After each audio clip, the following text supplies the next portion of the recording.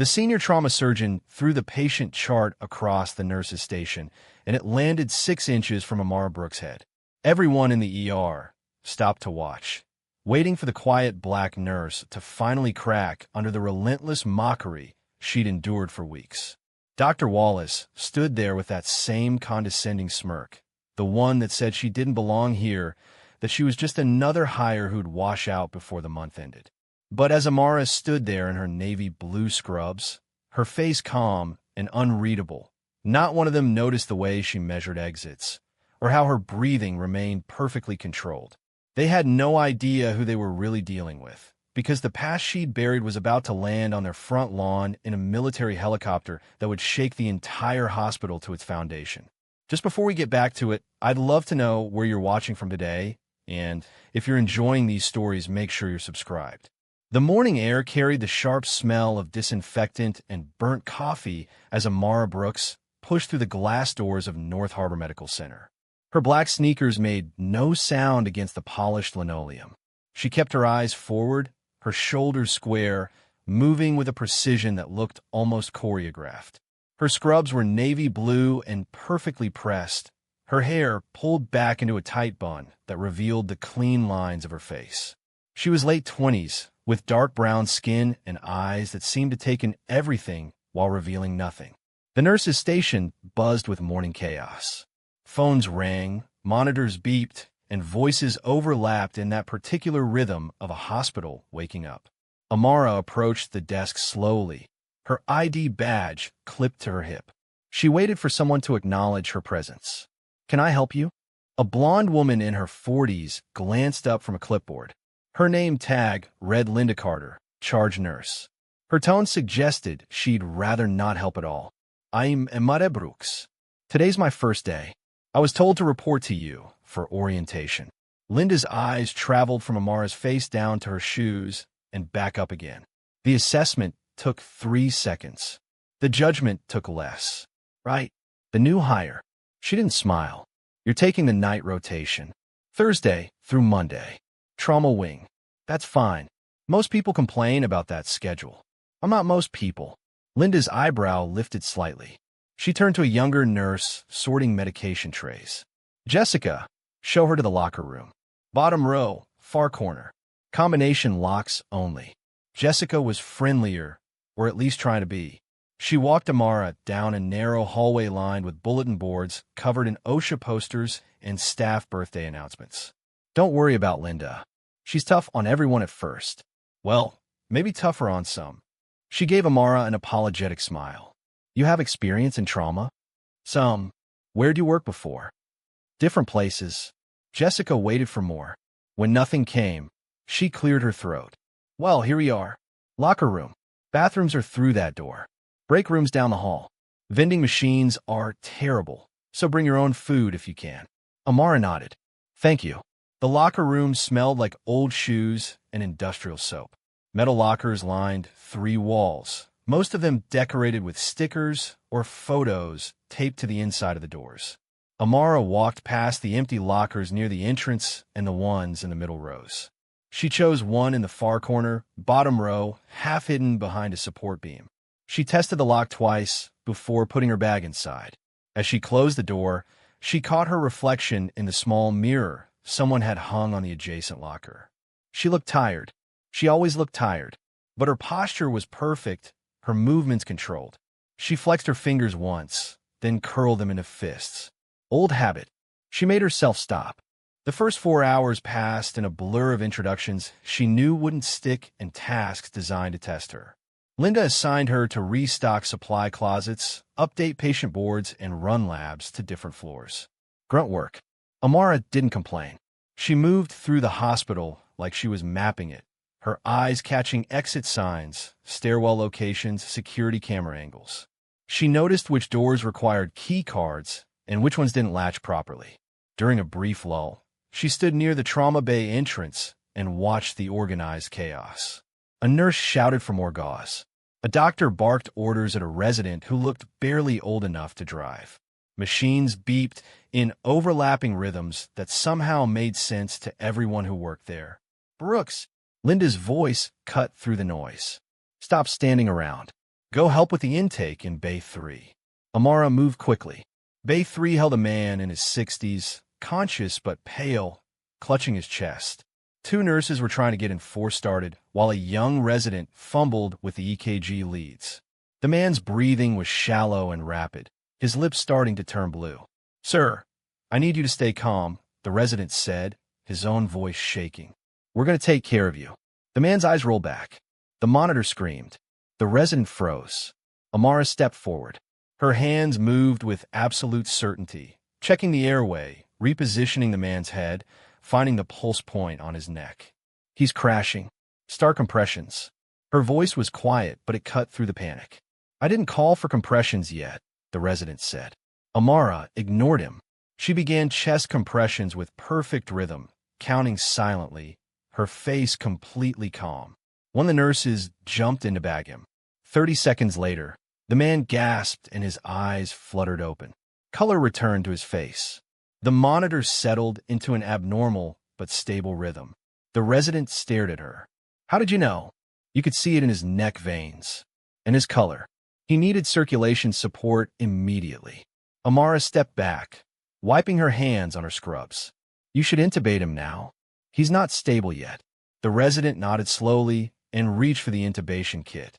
The two nurses exchanged glances. One of them whispered something Amara couldn't hear. 10 minutes later, the patient was stable and being moved to the ICU. Amara was washing her hands at the sink when she heard the footsteps behind her. Heavy, deliberate. Nurse Brooks. She turned. A man in his 50s stood there, tall and broad-shouldered, wearing surgical scrubs and a white coat that looked expensive. His name tag read Dr. Gerald Wallace, Chief of Trauma Surgery. His face was red. "Yes, sir. Did you just perform a medical intervention without physician oversight?" The patient was coding. "I stabilized him until—" "You were a nurse, not a doctor, not a resident, not even a paramedic as far as I can tell from your file." His voice rose with each sentence. Other staff members slowed down as they passed, pretending not to listen. "You do not make clinical decisions in my ER. You follow orders. Do you understand me?" Amara kept her face neutral. "I understand. I don't think you do." Dr. Wallace stepped closer. "I've seen you type before. Overconfident. Think you know better than the people who actually went to medical school. You're dangerous. And if I see you overstep again, I'll have you removed from this hospital. Are we clear?" "Yes, sir. Now, get out of my sight." Amara walked away slowly, her hands steady at her sides. She didn't look back. She didn't look at the nurses who'd witnessed the dressing down. She walked straight to the supply room, pushed the door, closed behind her, and stood in the dark for 30 seconds. Her breathing was controlled. For counts in. Hold for 4. For counts out. She rolled her shoulders back, feeling the pull of old scar tissue under her scrubs. Her eyes adjusted to the dim light, automatically cataloging the room. One entrance. No windows. Camera in the northeast corner with a blinking red light. Blind spot near the bottom shelf. She reached up and touched the thin chain around her neck, hidden under her scrub top. The weight of it was familiar, grounding. She didn't pull out. Instead, she took one more breath and opened the door. Miguel Torres found her 2 hours later, restocking 4 supplies in a hallway closet. He was older than her, maybe mid-30s, with kind eyes and the build of someone who used to be in much better shape. "Hey, you're the new night nurse, right?" "Yes. I'm Miguel. I work nights too.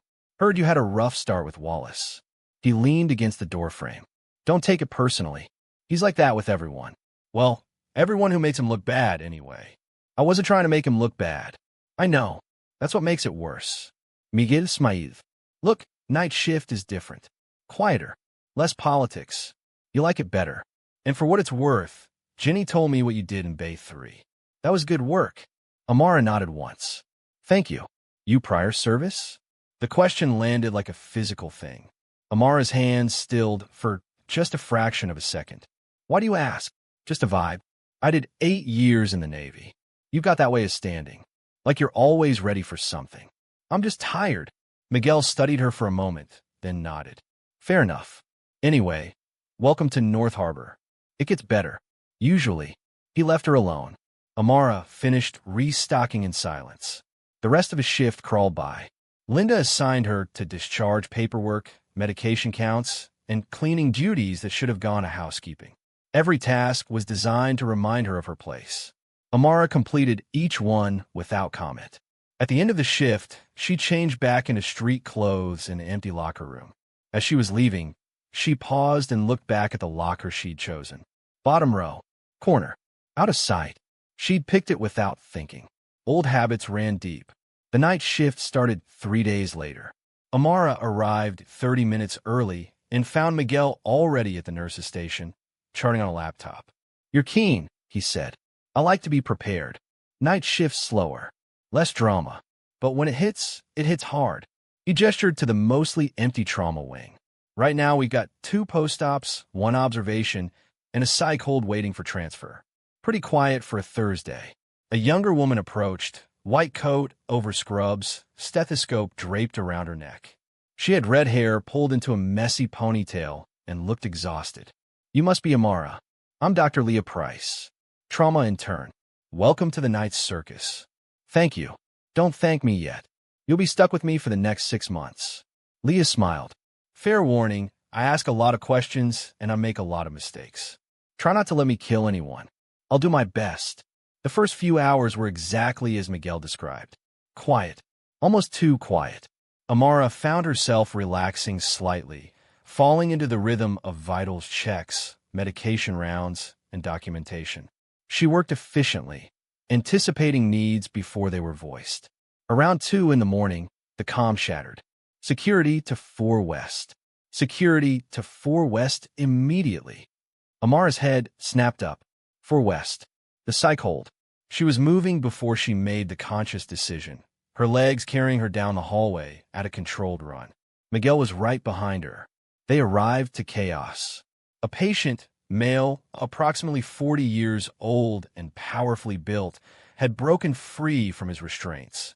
2 security guards were trying to corner him, but he was thrashing wildly, overturning equipment, screaming incoherently. A nurse cowered behind a desk, her face white with fear. "Stay back," one of the security guards shouted. "He's got a scalpel." The patient lunged toward the nurse. She screamed. The security guards moved too slowly. Amara didn't think. Her body reacted with muscle memory older than her nursing license. She closed the distance in 3 strides, got inside his reach, and used his own momentum against him. Her hand locked around his wrist, controlling the weapon. Her other arm snaked around his neck in a modified hold that cut off blood flow without damaging the airway. She turned her hip and used leverage to bring him down gently, controlling his descent so he wouldn't hit his head. 5 seconds, maybe 6. The man went limp in her arms, unconscious but breathing. The scalpel clattered to the floor. Amara immediately released the hold and stepped back, her hands raised. "He's down. Check his airway." The room was silent except for labored breathing and the distant beep of a monitor. Everyone stared at her. One security guard's mouth hung open. Miguel knelt beside the patient, checking his pulse. "He's fine, out cold but stable." "I'm sorry," Amara said quickly. "I didn't mean to overstep. He was going to hurt someone." "Overstep?" The security guard shook his head. "Lady, you probably just saved Rachel's life." The nurse who'd been cornered was crying now, relief mixing with shock. Leah appeared in the doorway, took in the scene, and looked at Amara with new eyes. "Where did you learn to do that?" Leah asked quietly. "Self-defense classes. A long time ago." "That wasn't self-defense. That was training." Amara didn't respond. She helped the security team secure the patient properly, checked his vitals herself, and then quietly excused herself to document the incident. In the break room, her hands finally started shaking. She gripped the edge of the sink and breathed through it. "For counts in. Hold. For counts out." She was slipping, getting too visible, making mistakes. The door opened behind her. She didn't turn around.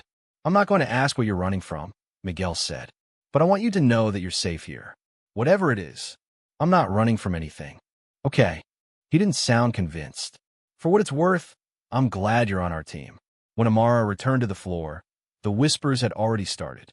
She caught fragments as she passed. Did you see how fast she moved? Where did a nurse learn that? I'm telling you, something's weird about her. Linda appeared from around a corner, her face pinched with disapproval. Nurse Brooks. My office. Now. The office was barely larger than a closet. Linda closed the door and crossed her arms. That was quite a display out there. He was going to hurt someone.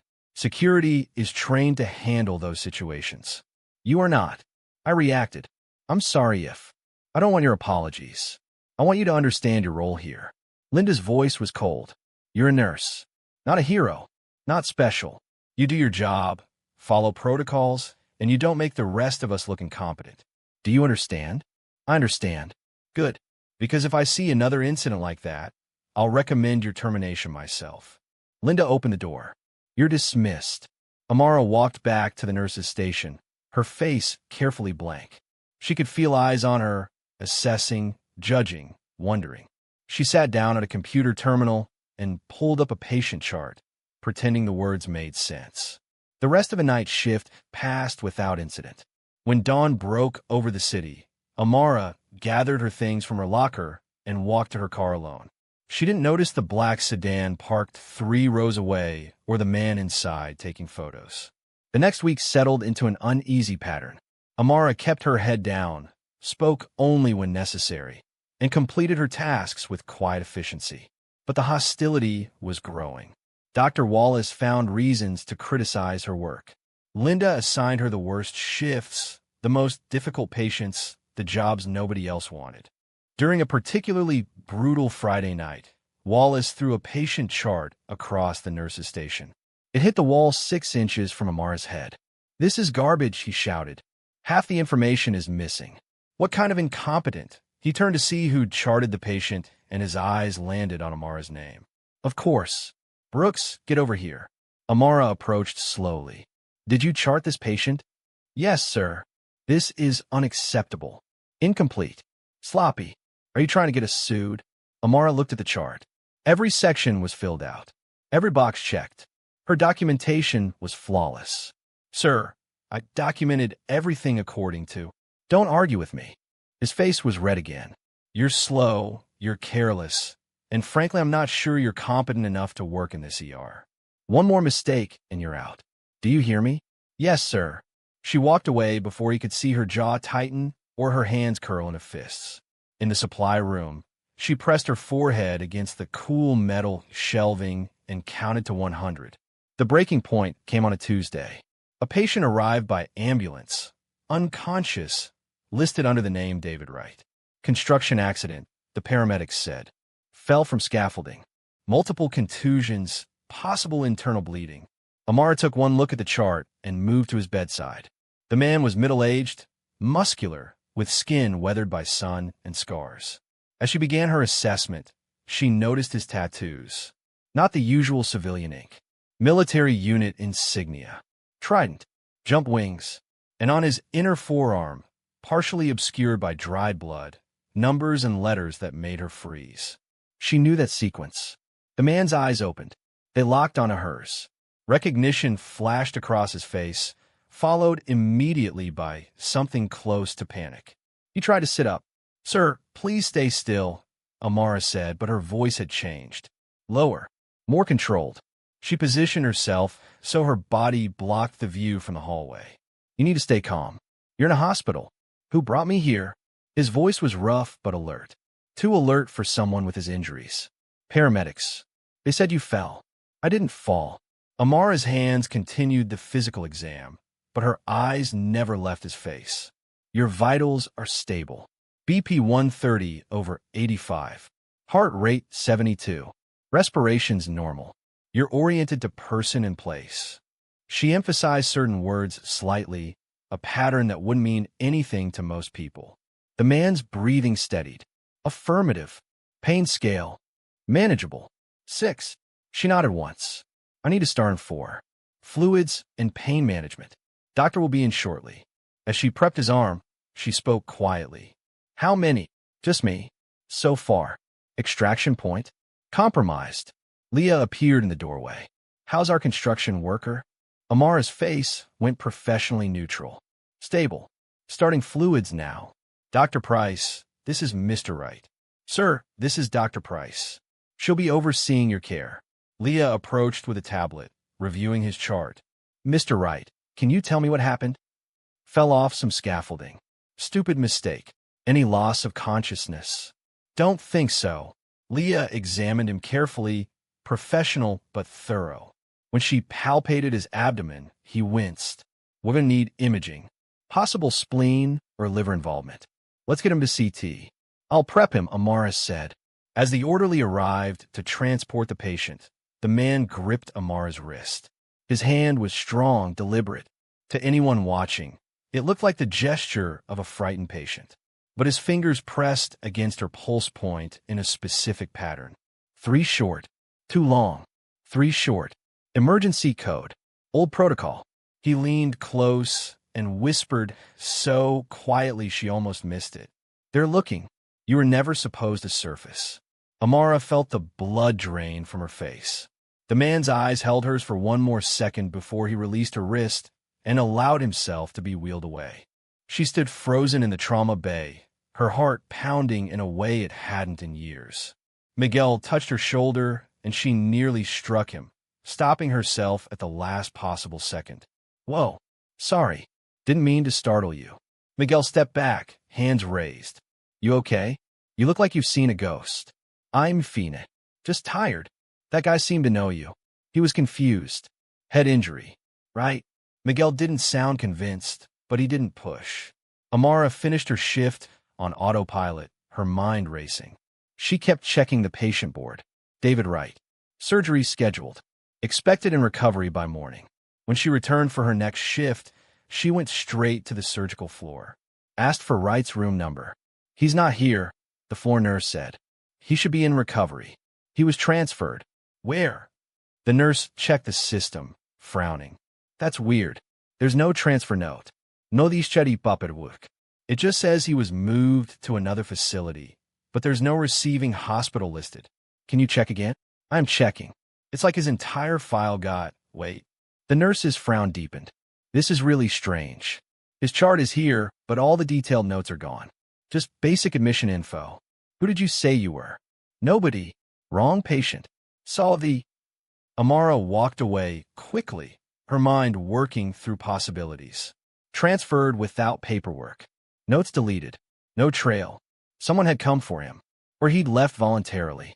Either way, he was gone. And he'd warned her. They're looking.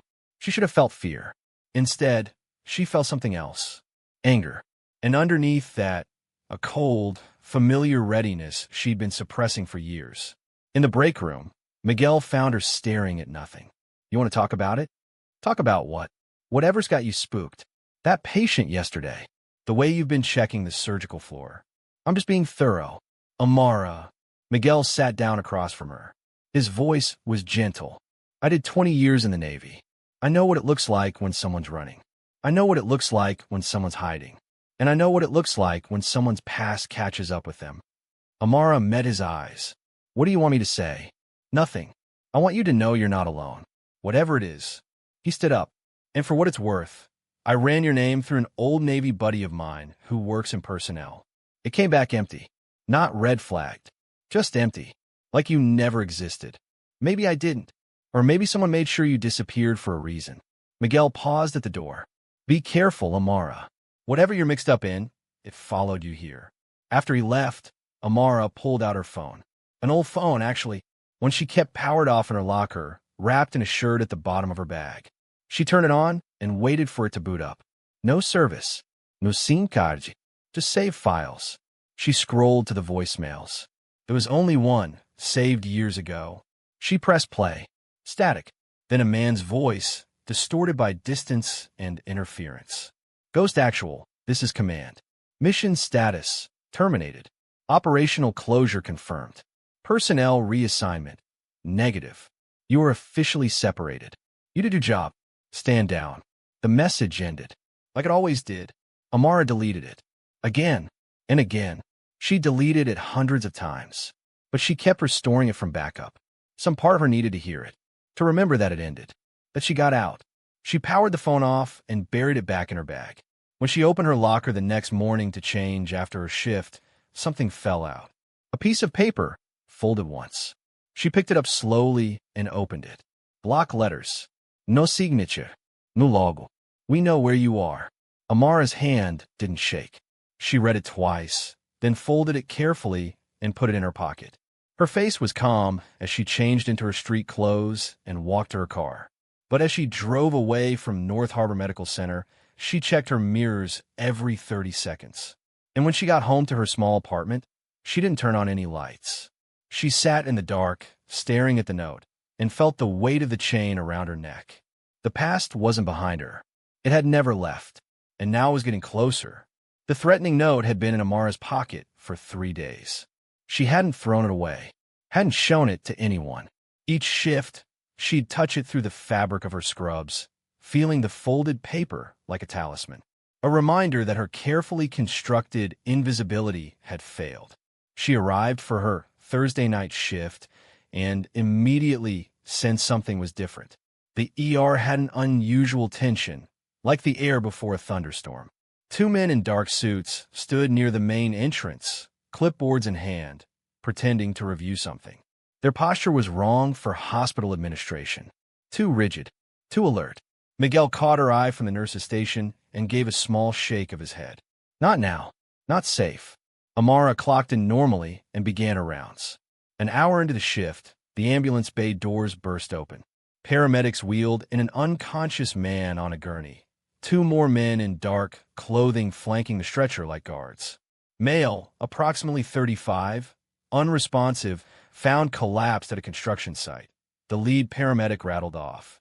Vitals are stable, but he hasn't regained consciousness. No obvious trauma. Possible toxic exposure or overdose. Bay 2. Leah called out, jogging alongside the gurney. Let's get a tox screen and a full workup. Amara moved to help transfer the patient, and that's when she saw his arm. Partially covered by the blood pressure cuff was a tattoo. The ink was faded but unmistakable. A trident overlaid with an anchor. Navy SEAL insignia. Her hands continued working automatically, but her mind had gone into overdrive. The 2 men in dark clothing positioned themselves on either side of the bay. One of them pulled out credentials. We're private security contracted with his employer. We'll need to stay with him for company liability purposes. Leah glanced at the ID without much interest. That's fine. Just stay out of the way. Amara connected the monitors and started the 4-line. As she worked, she spoke in the calm, professional tone every nurse learned. Sir, if you can hear me, you're in the hospital. You're safe. We're going to take care of you. Standard script. But then she added, almost as an afterthought, initial assessment shows positive response to external stimuli. Patient demonstrates appropriate defensive positioning even while unconscious.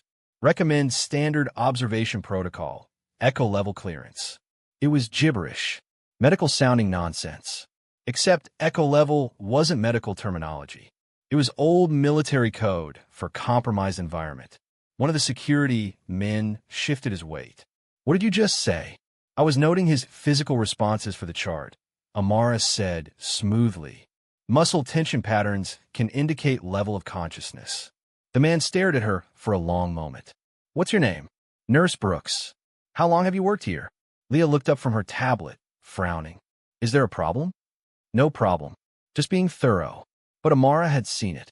The brief flicker of recognition when she'd used the code phrase. These weren't security guards, and they hadn't corrected her terminology because they didn't know it was wrong. She finished her tasks and stepped out of the bay, her heart rate elevated but controlled. In the hallway, she pulled out her phone and opened a note. Typed quickly, second veteran, guarded by imposters. Need verification.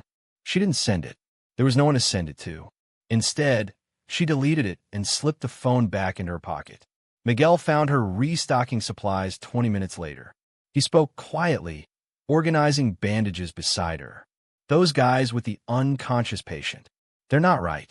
I noticed. One of them has his sidearm on the wrong hip, like he's not used to carrying. And they keep using the wrong terms. Called the crash cart a medical emergency device. Amara's jaw tightened. You think they're cops? Cops would know the equipment names. These guys are pretending to be something they're not. Miguel posed. And they keep watching you. Why would they watch me? That's what I'd like to know. Amara closed the supply cabinet and turned to face him. Miguel, if I asked you to trust me without explanation, would you? Depends on what you're asking. If something happens tonight, I need you to take Leah and get out of the ER. Don't ask questions. Just go.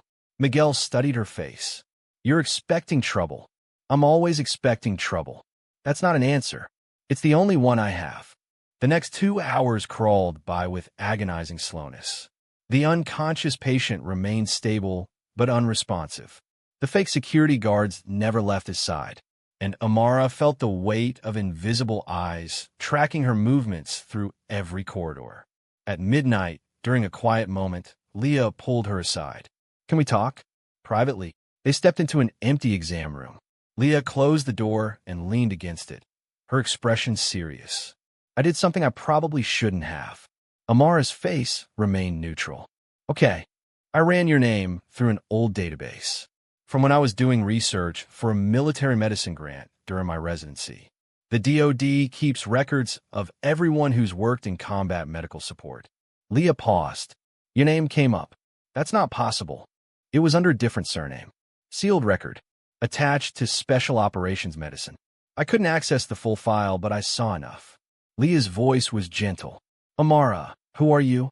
I'm a nurse. You're more than that. And those men out there, the ones watching the patient, they're also watching you. I think you know why. Amara closed her eyes briefly. When she opened them, they were harder, more focused. Drop it, Leah. Please. For your own safety. Are you in danger? Everyone around me is in danger, which is why you need to stop digging and forget what you saw. I can't do that. Then you're making a mistake. Leah reached into her pocket and pulled out a printed page. There was something else. A sealed tribunal record from 6 years ago. One seal listed as missing, status classified. The age matches yours. The timeline matches when you started nursing school under your current name. She held out the paper. I think someone made you disappear. Amara didn't take the page. Burn that. Not until you tell me the truth. The truth will put you on a list. And people on that list have a habit of disappearing. Before Leah could respond, the overhead speakers crackled. Security to Bay 2. Security to Bay 2 immediately. Both women ran. They reached the bay to find the patient awake and thrashing violently. One of the fake guards was on the floor, holding his jaw. The other had his hand inside his jacket, reaching for something. Everyone stay back, the standing guard shouted. The patient's eyes were wild, scanning the room like a trapped animal. Then they landed on Amara. Something changed in his expression. Recognition mixed with desperation. Get them out, he rasped. They're not real. They're not. The guard lunged forward with a syringe. Amara moved on pure instinct, intercepting his arm, redirecting the momentum. The syringe clattered to the floor. The guard swung at her, and she ducked, swept his legs, and had him pinned in 3 seconds flat. The entire ER froze. The second guard pulled his weapon. A real weapon. A handgun that had no business being in a hospital. Everyone on the ground. Now, Leah screamed. Miguel appeared in the doorway and immediately raised his hands. Hospital security came running, but stopped cold when they saw the gun. Amara released the guard slowly, hands visible. You don't want to do this. Shut up. The gunman pointed his weapon at the patient. You're coming with us. No, the patient said. His voice was stronger now, more focused. I know what you are. You're cleanup. You're here to make sure I don't talk. Last chance. Come quietly, or we put you down right here. Amara stepped between the gun and the patient. The movement was small, but absolute. You're not taking him.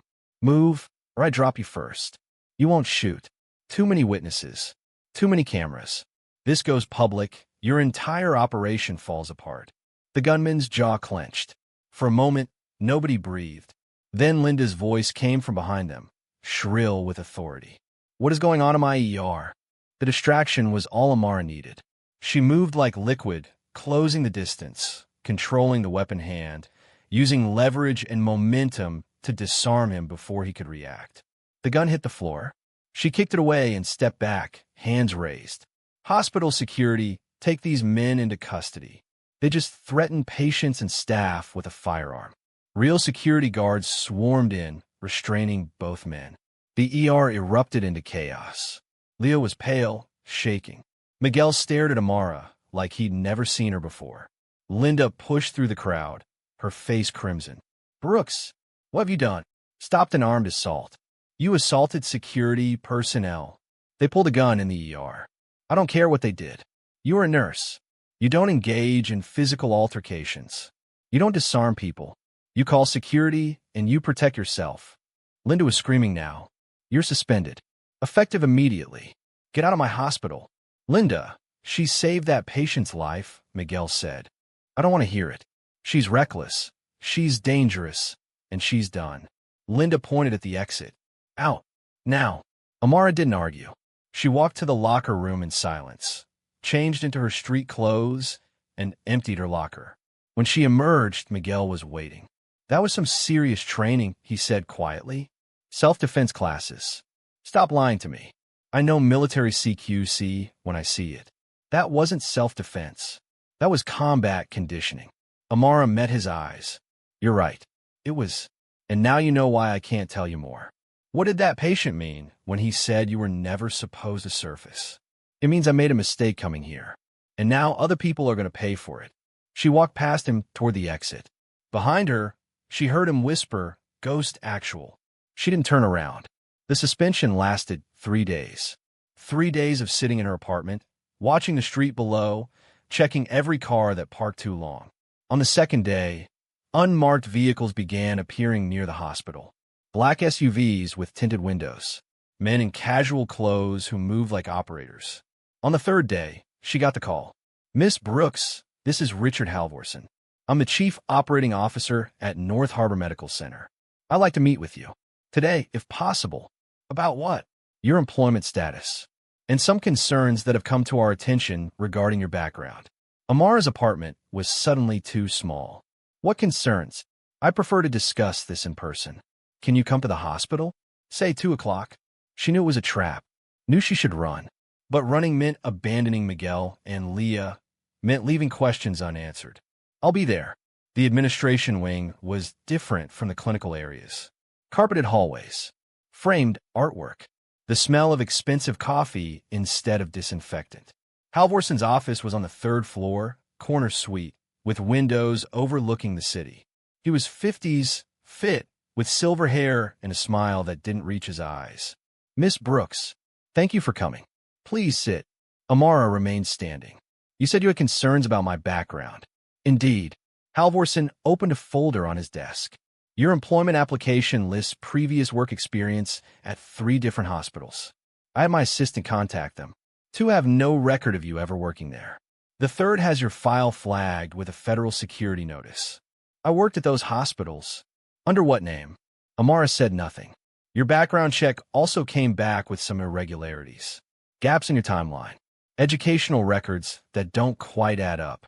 And then there's the incident 3 days ago where you displayed combat training inconsistent with civilian nursing experience. I stopped an armed man from kidnapping a patient. Or you assaulted private security who were trying to protect him. They weren't security. They were contractors." "How would you know that?" Halvorson leaned forward. "Unless you have experience identifying military contractors, which would be unusual for a trauma nurse." The room felt smaller. Amara's eyes tracked the exits, the windows, the camera in the corner. "Miss Brooks, I'm going to be direct. I believe you falsified your employment application. I believe you're using an assumed identity. And I believe you're hiding something significant about your past."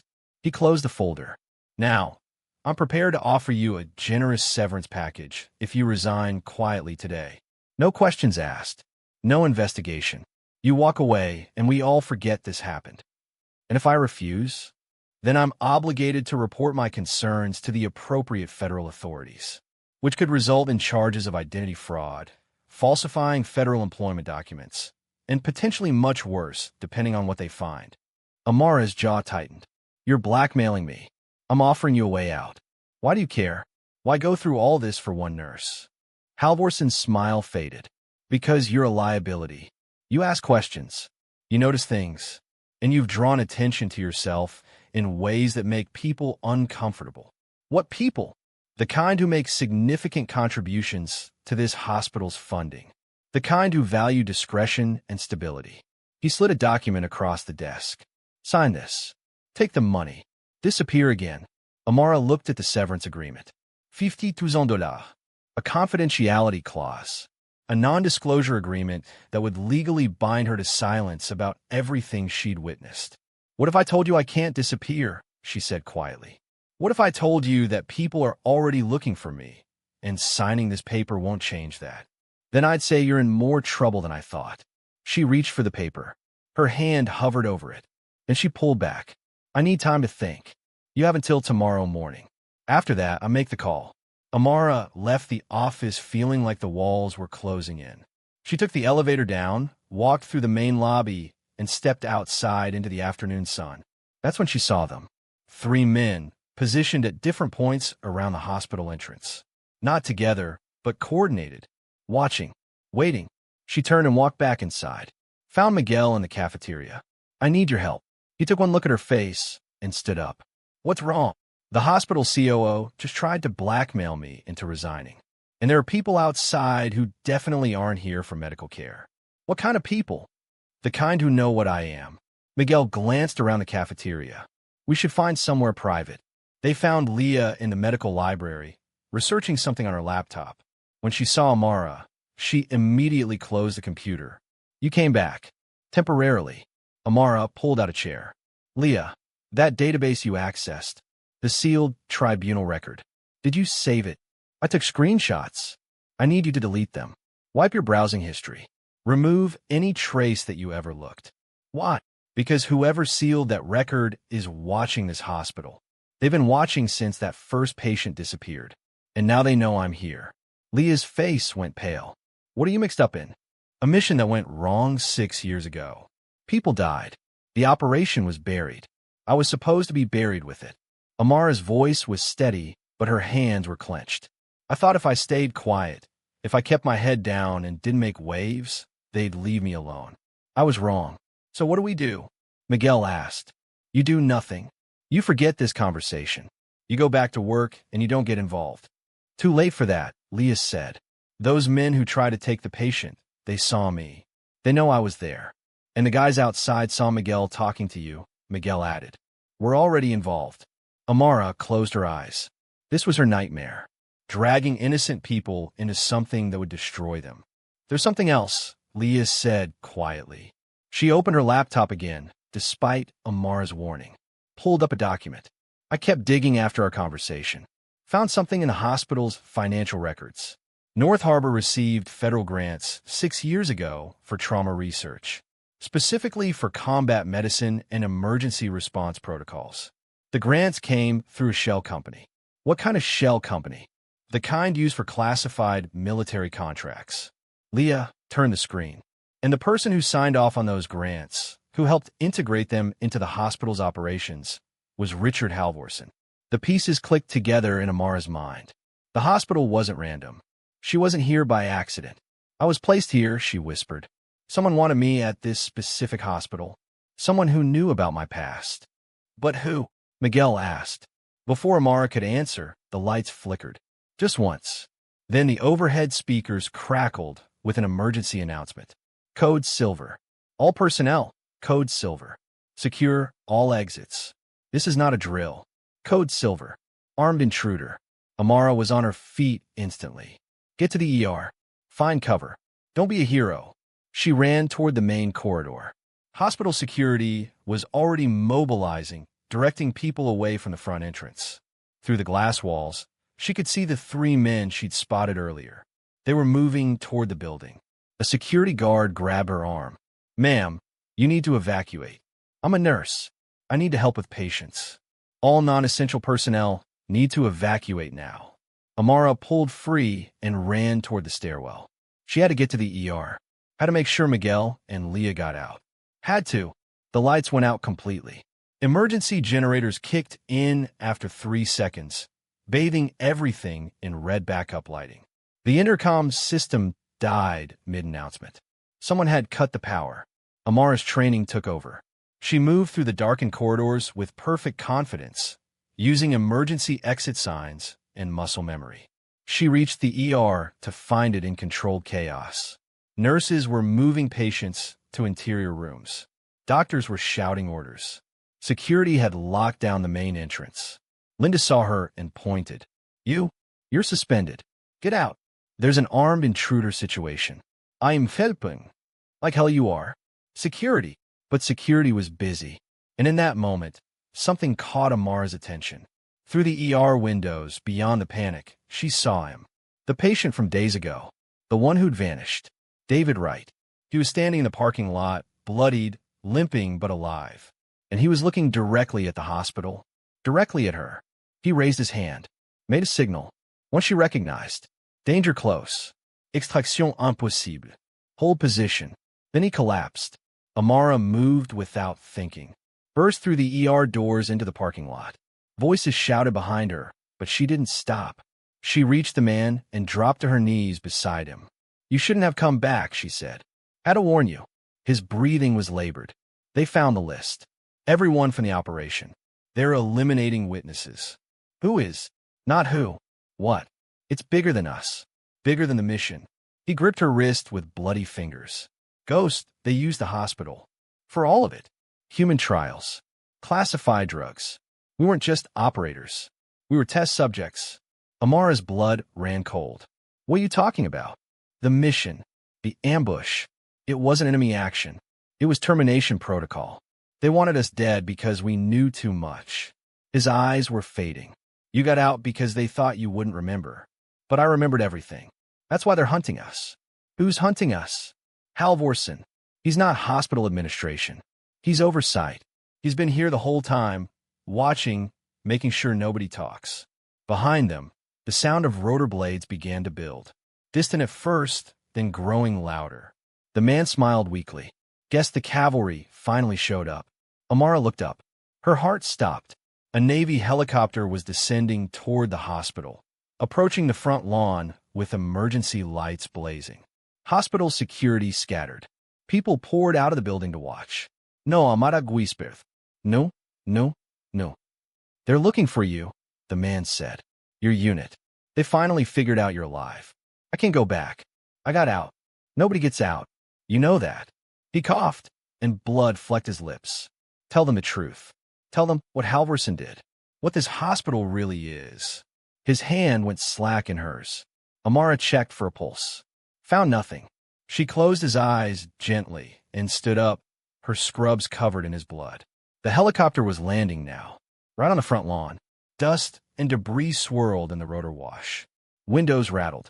Car alarms shrieked. Through the chaos, Amara saw figures emerging from the aircraft. Navy personnel in uniform. The real kind. The kind she used to stand beside. Hospital staff flooded out of the building. Phones raised, recording everything. Linda stood near the entrance, her mouth open in shock. Miguel and Leah pushed through the crowd, trying to reach Amara. And in the center of it all, one of the Navy officers raised a hand to shield his eyes from the dust, looked around the gathered crowd, and spoke into a radio. Amara couldn't hear what he said over the rotor noise, but she saw his lips move, saw him scanning faces. Then he stopped, stared directly at her. He said something else into the radio. 3 other officers turned to look in her direction. The lead officer began walking toward her, his expression unreadable. Amara stood frozen, covered in blood, surrounded by hundreds of witnesses, as the truth she'd spent 6 years burying came crashing down around her. The officer stopped 10 feet away. He was older, weathered with the bearing of someone who'd commanded people in impossible situations. He spoke one word, just one, ghost. Every conversation in the parking lot stopped. Every phone camera turned toward her. Every eye locked onto the quiet nurse who'd been invisible for so long. Miguel's voice cut through the silence. What did he just call you? Amara didn't answer. She was staring at the officer, at the helicopter, at the moment when her 2 lives collided in the most public way possible. The officer spoke again, louder this time. Petty Officer First Class Amara Brooks. Call sign, Ghost Actual. Linda's voice, shrill with disbelief. That's not possible. But it was possible. It was happening.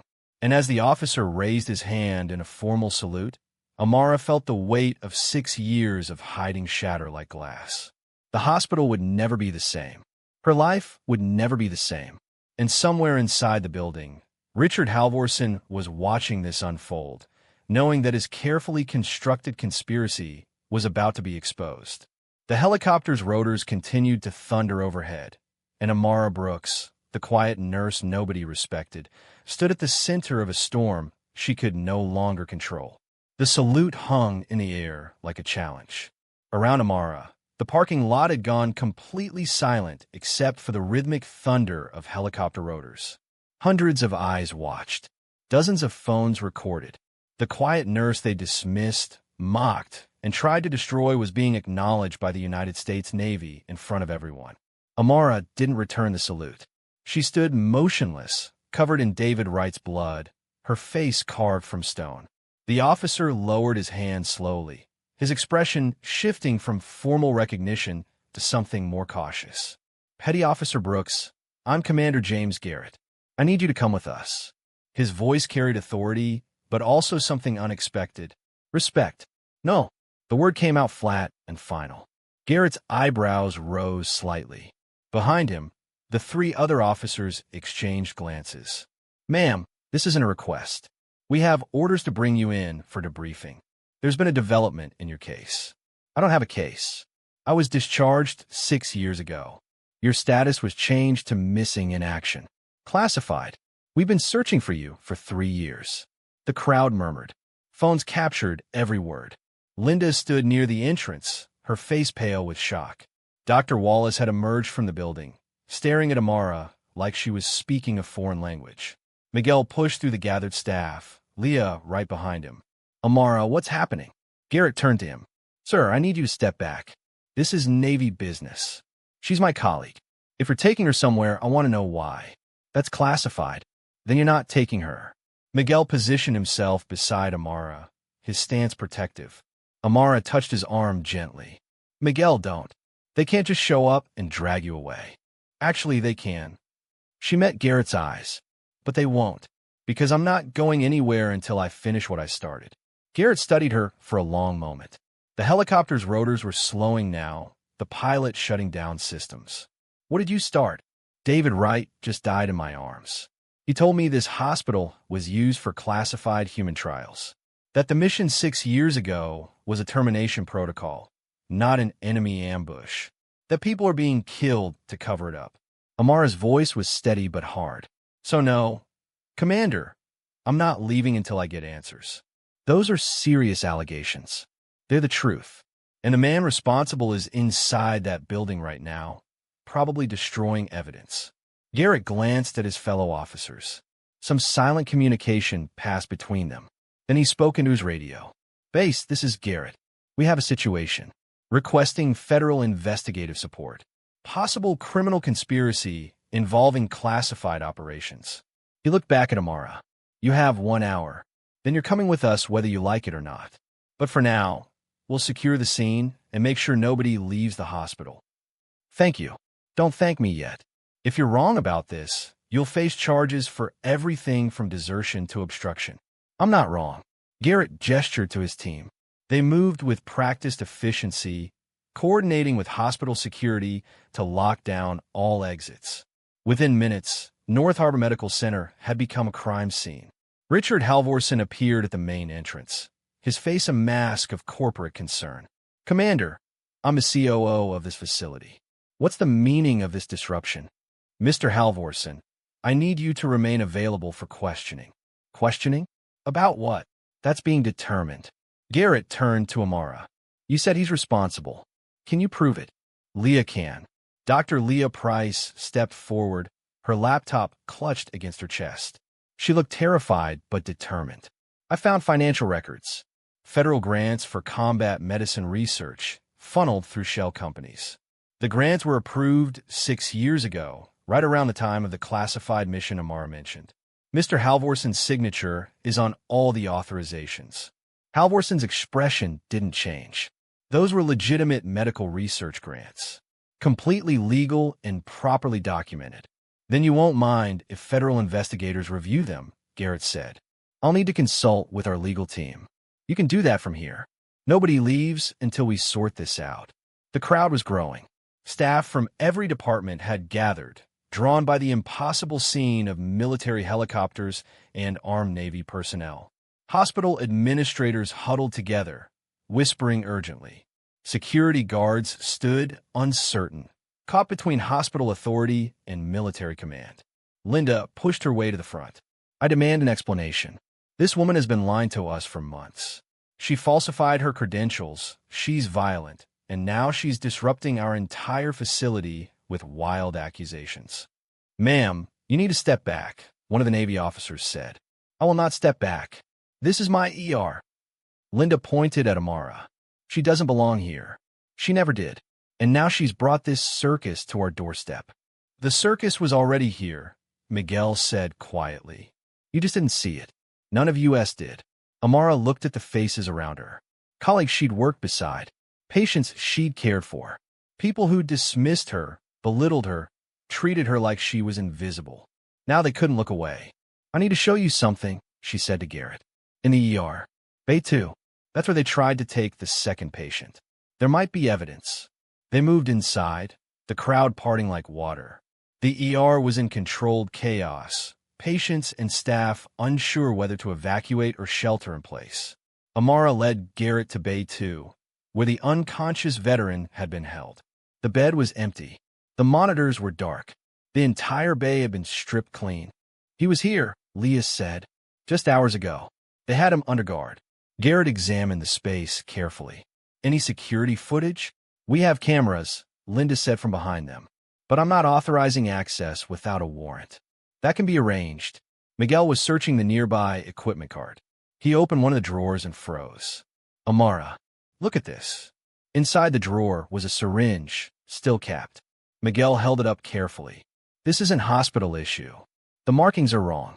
And look at the serial number. It's military format. Garrett took the syringe, examining it with a pen light. This is a field sedative, used for tactical operations. How did it get into a civilian hospital?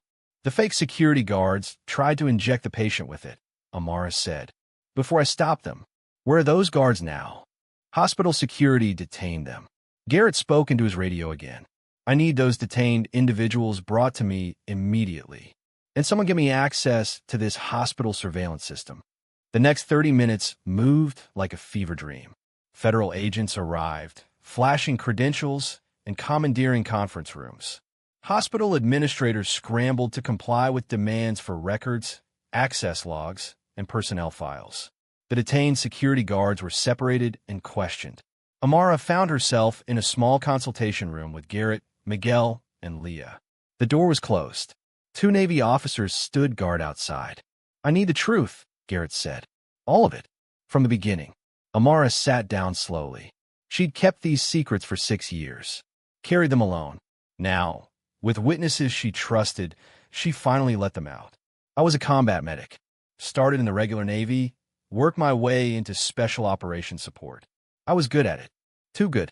After I saved a SEAL commander's life during a botched extraction, they recruited me for something different. Her voice was steady, clinical, like she was reporting someone else's story. Covert medical operations. I'd go in with teams, provide tactical medical support during classified missions.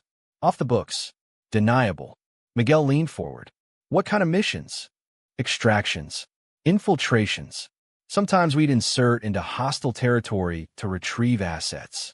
Other times we'd provide medical cover for psychological operations. She paused. The work was dangerous, but it was clean. We had rules. We didn't hurt civilians. We didn't cross lines. What changed? Garrett asked.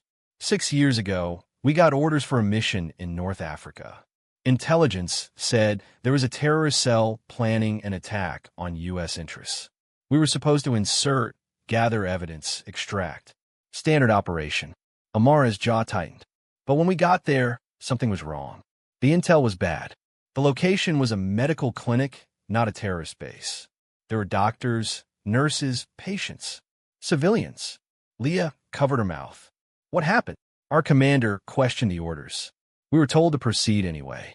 Told that the clinic was a front, that they were developing biological weapons. We searched the facility. Found nothing. Just medicine. Just people trying to survive. Amara's hands clenched. Then the ambush came. But it wasn't enemy fighters. It was a coordinated strike. Mortars. Small arms fire. Professional. Someone had set us up. How many survived? Garrett's voice was quiet. 4 of us made it out. I dragged 2 wounded teammates through 3 miles of desert. When the extraction helicopter finally came, one of them died in my arms. The other was captured when we got separated during secondary contact. And you? I was injured. Shrapnel from a grenade. Burns from the explosion I caused to cover our escape. She touched her ribs unconsciously. They pulled me out, patched me up, and then everything went dark. No debriefing. No after-action report. Just a discharge notice and a new identity.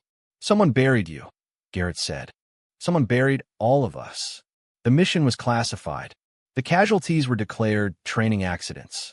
The whole operation was wiped from existence. Amara looked at him directly, and I thought that was the end.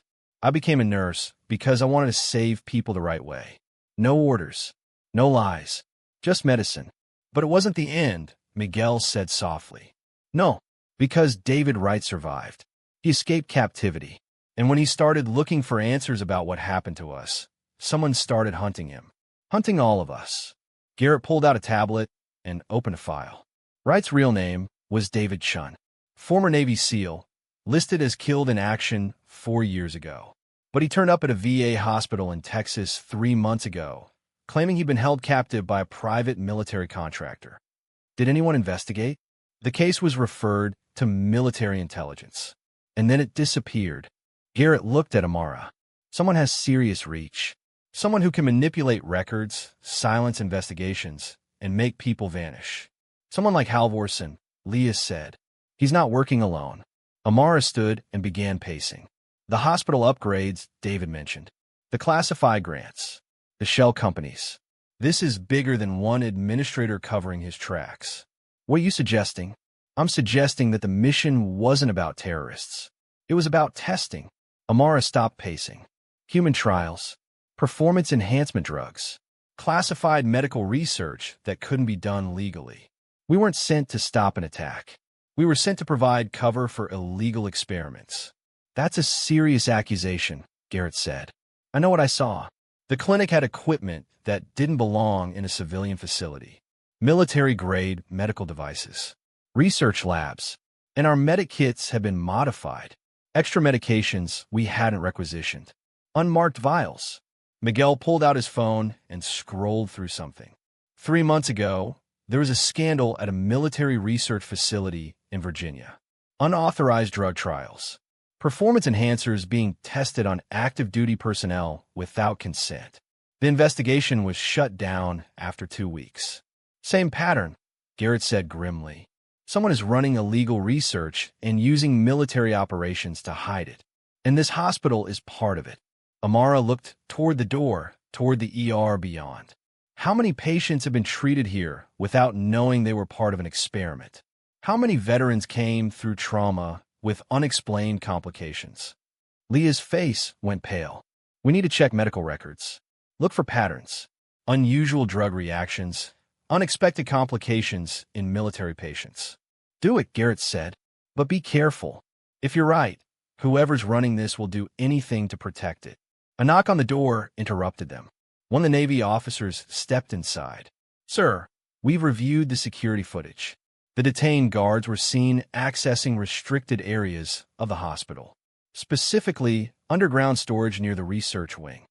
Show me. They moved as a group through the hospital, drawing stares from staff and patients. The research wing was in the basement, accessible only by keycard. Garrett's authority got them through the locked doors. The corridor beyond was clinical and cold. White walls, fluorescent lights, the smell of chemicals and filtered air. At the end of the hall was a door marked Authorized Personnel Only. Garrett tried the handle. Locked. Open it. One of his officers used a bypass tool. The lock clicked. The door swung open. Inside was a server room. Rows of black equipment, blinking lights, the hum of cooling fans. But it was what sat on the desk that made everyone stop. A laptop, still powered on. File folders scattered across the surface. and sitting open on the screen was a document labeled Operation Nightfall, Phase 3 Human Trials. Leah moved to the computer before anyone could stop her. She scrolled through the document, her face growing more horrified with each page. This is a complete trial protocol. Dates, locations, subject, identifiers. She looked up. There are over 200 subjects listed. Military personnel from different branches. They were all given experimental drugs without informed consent. Where? Garrett demanded. Multiple locations. But North Harbor Medical Center is listed as a primary trial site. Trauma patients were selected based on injury severity and likelihood of long-term complications. The drugs were administered during emergency care when subjects were too incapacitated to notice. Miguel's voice was hollow. We were giving people experimental drugs and didn't even know it.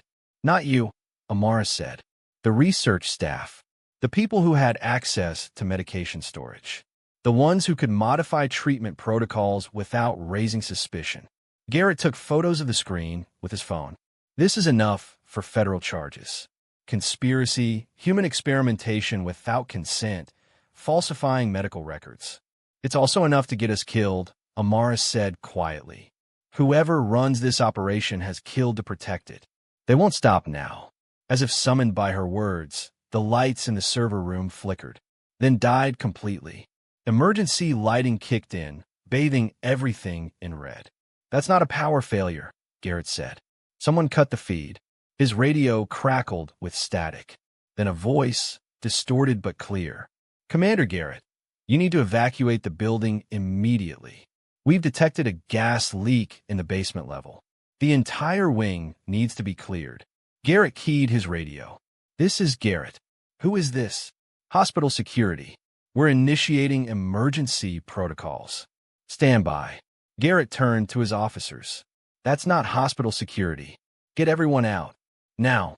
They moved fast, but the corridor was already filling with a faint haze. Not gas. Smoke. Someone had triggered a fire somewhere in the building. Amara grabbed Leah's arm. Copy those files. Everything. Right now. Leah's fingers flew across the keyboard, downloading data to a thumb drive. The smoke was getting thicker. Alarms began wailing throughout the hospital. We need to go, Miguel shouted over the noise. 30 seconds, Leah said. 20 seconds. The smoke was at eye level now. Amara could hear footsteps in the corridor. Running. Coming toward them. 10 seconds. The download bar crept forward. 5 seconds. The footsteps were right outside the door. The download completed. Leah yanked the thumb drive free. Got it. They burst from the server room into the corridor just as figures appeared through the smoke. Not Navy. Not hospital security. Men in tactical gear, faces covered, weapons drawn. Federal agents, drop your weapons. Garrett shouted. The figures didn't respond. They raised their weapons.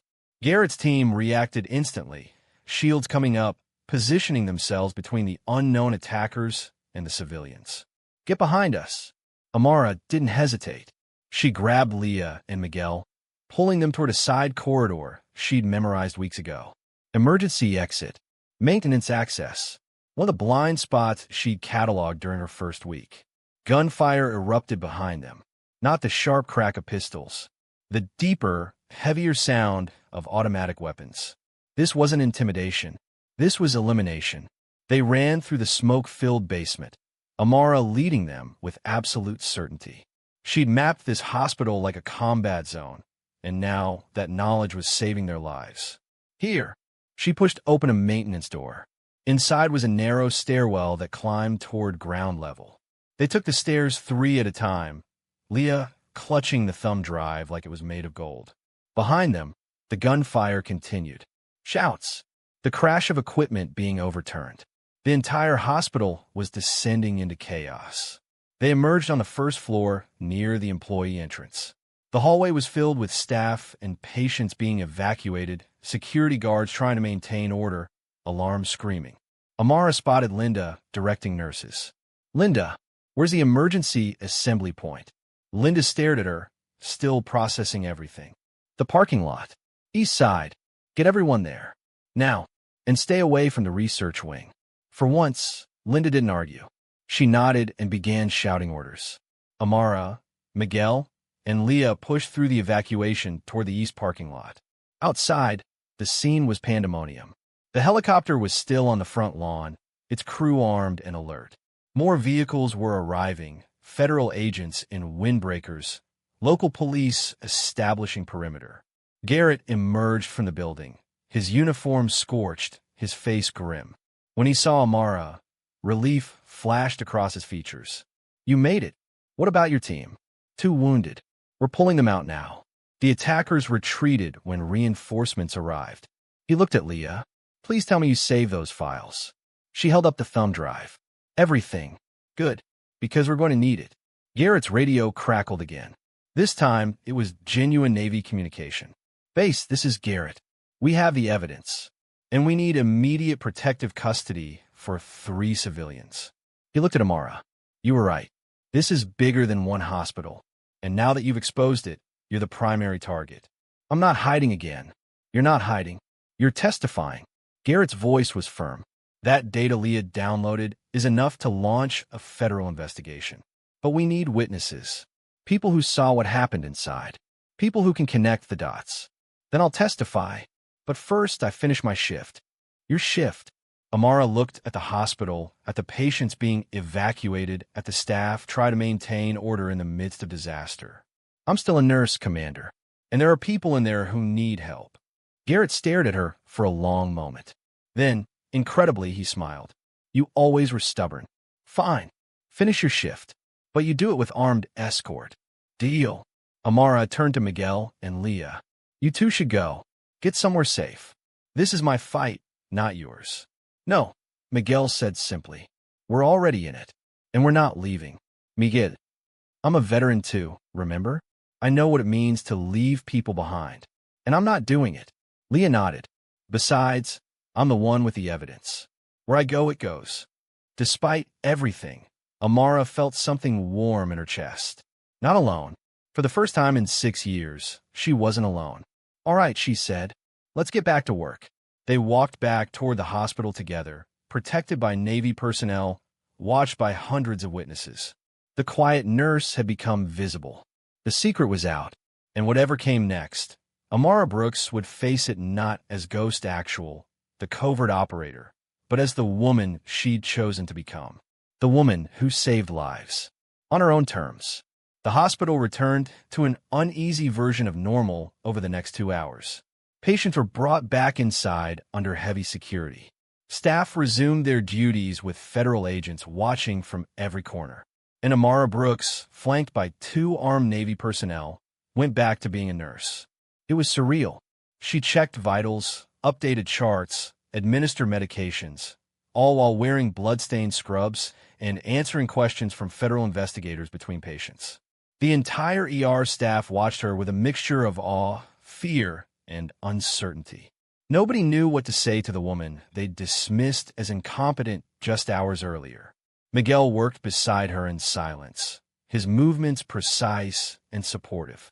Leah had been pulled aside by federal agents to secure the thumb drive and provide testimony.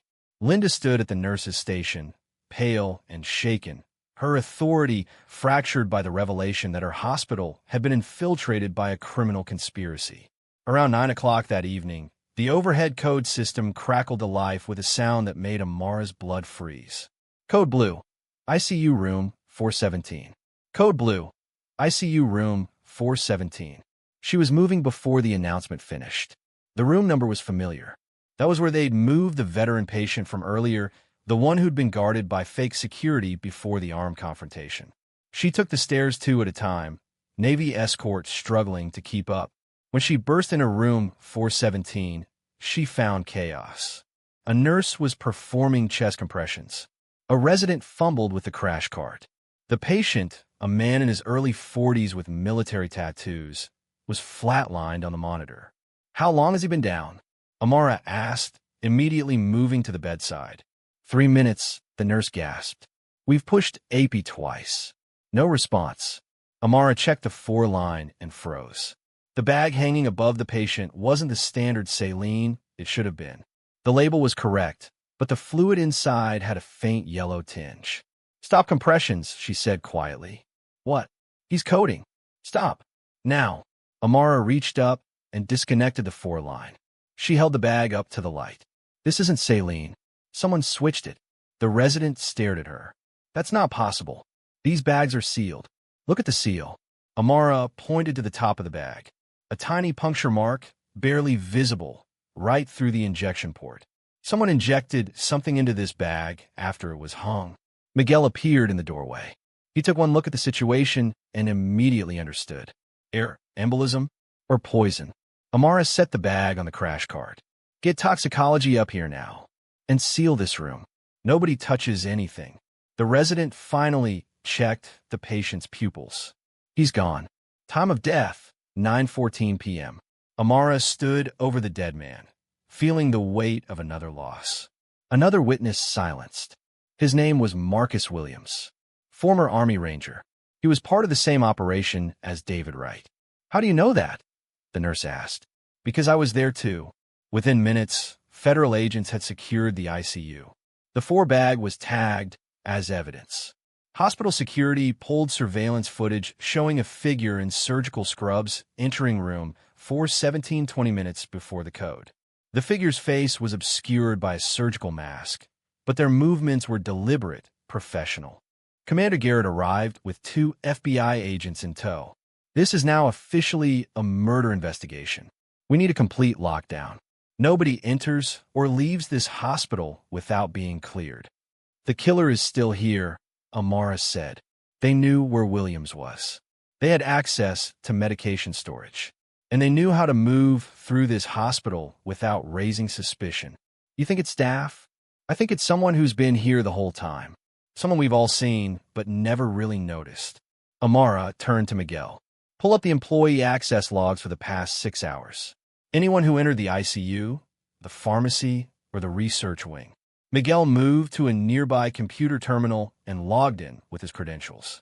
His fingers flew across the keyboard. Okay, I've got 17 staff members who access the ICU tonight. 12 nurses, 3 doctors, 1 pharmacy tech, and 1 administrator. Who's the administrator? Miguel's face went pale. Richard Halvorson. He was here 30 minutes ago. Garrett was already on his radio. All units, locate Richard Halvorson immediately. Consider him armed and dangerous. They found Halvorson's office empty. His computer was powered off, his desk cleared. The frame degrees on his wall hung crooked, as if removed and hastily replaced. Behind where his credenza had stood, there was a small floor safe, door hanging open, contents gone. He's running, one of the FBI agents said. He's not running, Amara said quietly. She was examining the office with the trained eye of someone who'd cleared rooms in hostile territory. He's destroying evidence. She opened a closet. Inside, where administrative files should have been, was empty space. Burn marks on the metal shelving suggested documents had been incinerated. He had an escape plan. This wasn't improvised. Garrett touched the wall beside the safe. It was warm. This was done within the last hour. He's still in the building. Or he's using the tunnels, Miguel said. Everyone turned to look at him. The hospital has maintenance tunnels that connect to the city steam system. They run under the entire complex. Old infrastructure from when this place was built in the 70s. Miguel pulled up a building schematic on his phone. There are access points in the basement, near the research wing. Show me, Garrett commanded. They descended into the hospital's underbelly, a maze of pipes and concrete lit by flickering fluorescent tubes. The air was hot and thick with the smell of machine oil and steam. Water dripped from overhead pipes, creating puddles on the uneven floor. Miguel led them through the labyrinth with surprising confidence. I used to do maintenance walks down here when I first started. Most staff don't even know these tunnels exist. The passage opened into a wider corridor lined with old electrical panels and valve controls. At the far end was a heavy steel door marked Emergency Exit. Alarm will sound. The door was propped open with a brick. The alarm had been disabled. Amara moved forward cautiously, her body falling into old patterns. She cleared the doorway, checked corners, assessed the space beyond. The tunnel continued into darkness, sloping gradually upward toward street level. He went this way, she said.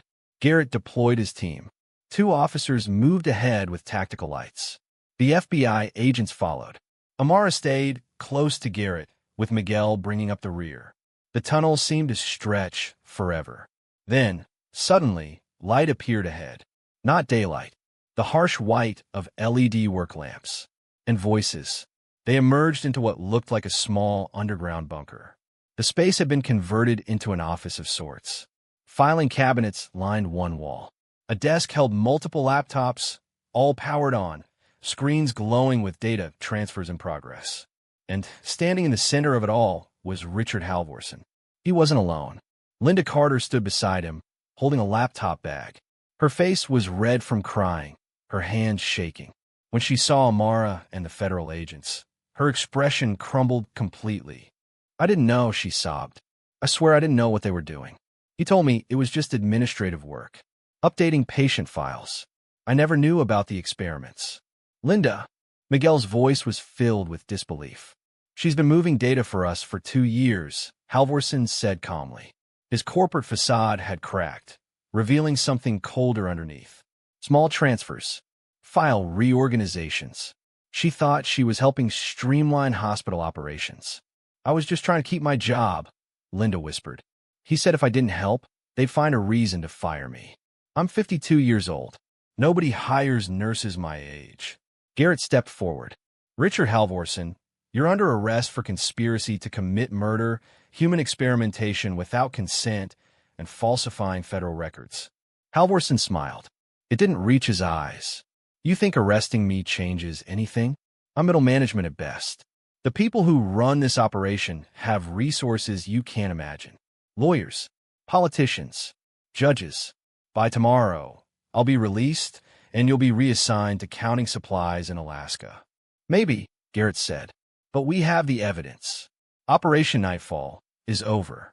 Operation Nightfall is one program among dozens. You found one hospital. There are 15 others. You stopped one trial. There are 30 more running right now." Halvorsen's voice was matter-of-fact. "The military needs performance enhancement. Soldiers who can operate longer, heal faster, think clearer under stress. What we're doing saves lives. You murdered people," Amara said, her voice hard as steel. "You experimented on them without consent. You killed anyone who might expose you. We eliminated security risks." "That's different." "David Wright was a security risk. Marcus Williams? The others you've killed? They were acceptable losses in service of a greater mission." Halvorsen looked at her directly. "You of all people should understand that, Ghost. You made those calculations yourself." Amara stepped closer. "I never killed innocents. I never experimented on my own people. And I never hid behind words like acceptable losses to justify murder. You're naive. The world requires people willing to make hard choices, to do what's necessary, even when it's ugly." Halvorsen gestured at the laptops. "These programs have saved thousands of lives. Soldiers who survived injuries that would have killed them. Operatives who completed missions that would have failed. The cost was minimal compared to the benefit. The cost was human beings. The cost was volunteers who knew the risks. They weren't volunteers. They were patients in your hospital, people who came here for help and got poison instead." Amara's hands clenched into fists. "You used this place as a testing ground and convinced yourself it was noble. I convinced myself it was necessary." Halvorsen's composure finally cracked. "Do you know how many soldiers die from preventable injuries? How many operations fail because human bodies have limits? We're trying to push past those limits, to give our people an edge in a world that wants them dead. And who gave you the right to make that choice? Someone has to." FBI agents moved in, pulling Halvorsen's arms behind his back, securing handcuffs. He didn't resist. Linda collapsed into a chair, sobbing uncontrollably. Miguel moved to her side, his expression torn between anger and pity. "Linda, how could you?" he asked quietly. "I didn't know," she repeated. "I thought I was just helping with paperwork. When I realized what they were doing, I was already involved. He said if I told anyone, I'd be charged as an accomplice." Garrett was examining the laptops. "These are still transferring data. Where is it going?" One of the FBI agents checked the network connections. "Looks like an offshore server." multiple encrypted channels. Whoever receives this data will have complete copies of all the research. Can you stop it? We could try. But if they've been transferring for hours, most of it is probably already gone. Amara looked at the screen, watching gigabytes of data flow away into the digital darkness. Years of illegal research, hundreds of victims' medical records, evidence that would be hidden, distributed, and used to continue the very programs they were trying to stop. Pull the plug, she said. That won't stop the transfer. It's redundant across multiple. I don't care. Pull every plug. Shut it all down. The agent looked at Garrett, who nodded. Within seconds, every laptop in the room went dark. Halvorsen laughed bitterly. Too late. The important data was transferred hours ago. You stopped nothing. Maybe, Amara said. But we stopped you. And we have enough evidence to trace where that data went. To find the others involved. This isn't over. No, Halvorsen agreed. It's not. They escorted him and Linda out through the tunnels and back into the hospital. The arrest happened in front of dozens of staff members, their faces shocked as the COO they'd worked under was led away in handcuffs. Linda was placed in a separate vehicle, still crying, still insisting she didn't know. Dr. Wallace appeared from somewhere in the crowd. He looked shaken, diminished. Is it true? What they're saying about the hospital? Yes, Garrett said simply. I had no idea. None of us did. Except you made it easy. Amara's voice was quiet but cutting. You focused on hierarchy and authority and never questioned why certain patients received different treatments. You were so busy protecting your ego that you missed a criminal conspiracy happening in your own ER. Wallace flinched. I owe you an apology. You owe a lot of people apologies. Start with the patients who died while you were worried about nurses overstepping. She walked away before he could respond. There was nothing more to say. The next several hours were a blur of statements, interviews, and documentation. Federal investigators took over multiple conference rooms. Staff were questioned individually. The hospital's board of directors was summoned for emergency meetings. News vans appeared outside, camera crews jostling for position. Amara sat in a small break room with Miguel and Leah, all three of them exhausted beyond words. Leah had dark circles under her eyes.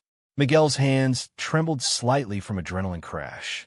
Amara felt hollowed out, like she'd run a marathon and found nothing at the finish line. What happens now? Leah asked. Federal investigation, Amara said. They'll review every patient record, every medication order, every procedure done in this hospital for the past 6 years. Anyone who was part of the trials will be notified. Families of those who died will be contacted. And us. We'll testify. Multiple times, probably. Then we try to rebuild some version of normal. Miguel laughed without humor. Normal, right? Like that's possible after this. It has to be. Otherwise they win. A knock on the door interrupted them. Commander Garrett entered, looking as tired as they felt. Can we talk? Amara stood. Of course. They walked to an empty patient room. Garrett closed the door and sat heavily in the visitor's chair. The Navy wants you back. I figured. Not for operations. They know you're done with that. But they need someone who understands both sides. Military operations and civilian medical ethics. Someone who can help prevent something like this from happening again. What are you offering? Liaison position. You'd work with military medical programs to ensure proper oversight, ethical standards, informed consent protocols. Desk job mostly. Some travel. Good pay. Full benefits. And most importantly, you'd have the authority to shut down anything that crosses the line. Amara looked out the window at the city below. Lights scattered across the darkness like fallen stars. I became a nurse to save people. On my own terms. Without orders. I know. Taking a military position means following orders again. Being part of the system. It means changing the system from inside. Garrett leaned forward. Amara, you exposed a conspiracy that's been running for years. You save lives by refusing to stay quiet. The Navy needs people like you. People who know when to disobey. That's not usually what the military wants. It's what we need. He pulled out a business card and set on the bedside table. Think about it. No pressure. But the offer stands. After he left, Amara picked up the card. Simple design. Contact information. a phone number she could call to change her life again. She thought about the past 6 years, the hiding, the quiet existence, the careful balance of staying invisible while trying to help people. She'd built a life as a nurse, and it had been good, meaningful, safe. But safe wasn't enough anymore. Not when she knew there were 15 other hospitals running the same programs. Not when there were dozens of trials still operating. Not when people were dying because someone decided their lives were acceptable losses. She'd spent 6 years saving people one at a time. Maybe it was time to save them by the hundreds. 3 weeks later, Amara stood in the same hospital hallway where she'd been humiliated, dismissed, and nearly killed. The building was under new management. Federal oversight had been established. Every medication, every procedure, every patient interaction was being monitored and reviewed. Dr. Wallace had resigned. Linda had been charged as an accessory, but given a plea deal in exchange for testimony. The nursing staff had been restructured, and the hospital that had been used as a criminal testing ground was slowly, painfully, learning to be legitimate again. Amara wore her Navy uniform for the first time in 6 years. The fabric felt strange, simultaneously foreign and familiar. Her rank insignia gleamed on her shoulder. The ribbon rack above her pocket told a story most people would never know. Miguel and Leah met her in the lobby. Miguel whistled low. "Look at you. All official. Don't get used to it. I'll be in civilian clothes most of the time." "But you took the job," Leah said. "I took the job. Good. Someone needs to make sure this doesn't happen again." They walked together toward the exit.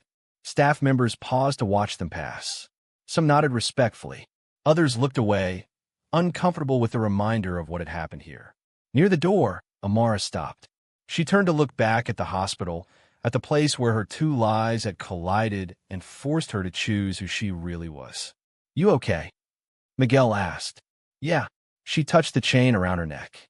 Her dog tags hung there now, no longer hidden. "I spent 6 years trying to be invisible, trying to forget who I was. But you can't forget. You can only decide what to do with it. And what are you going to do? Make sure nobody else has to bury themselves to survive." They walked out into the sunlight together. Behind them, North Harbor Medical Center continued its work of healing, scarred but standing. And ahead of them, Amara Brooks carried the weight of her past and the promise of her future. No longer Ghost Actual the operator. No longer just a nurse trying to hide. She was both. She was neither. She was exactly who she needed to be.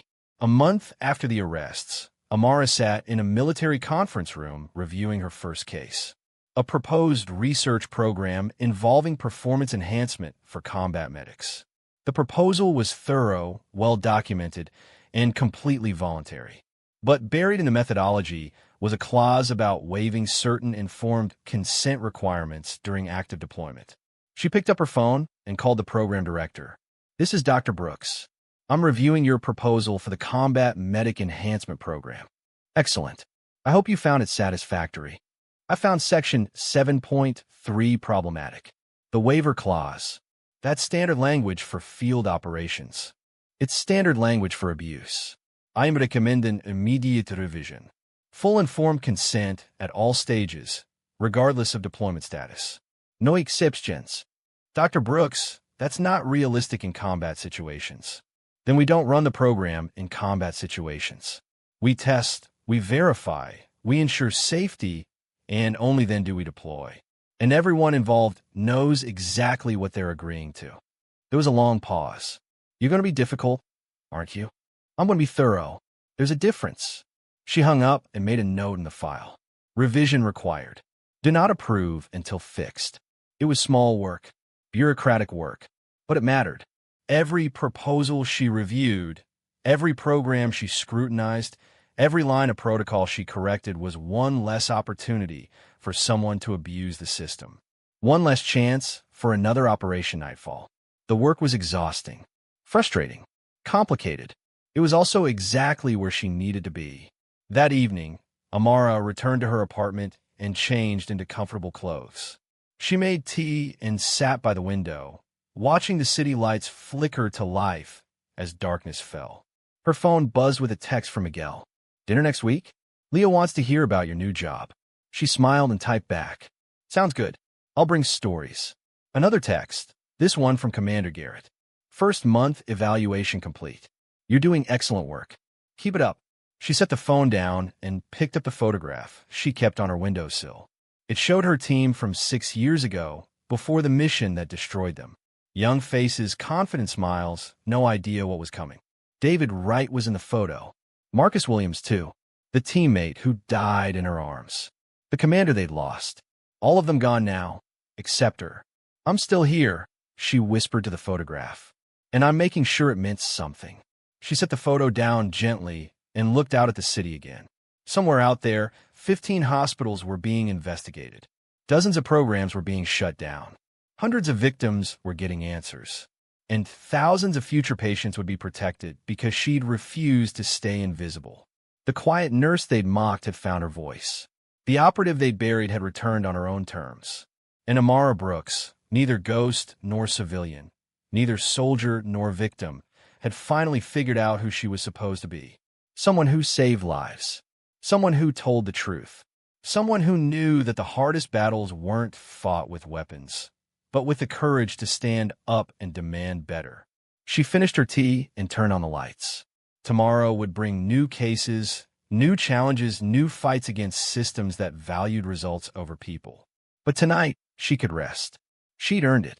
The woman they'd tried to break had become unbreakable, and the name they'd buried had finally become her own again. When someone risks everything to expose the truth, are we brave enough to stand with them? Or do we look away because it's safer? If this story moved you, hit that like button and subscribe for more powerful stories of courage, justice, and redemption.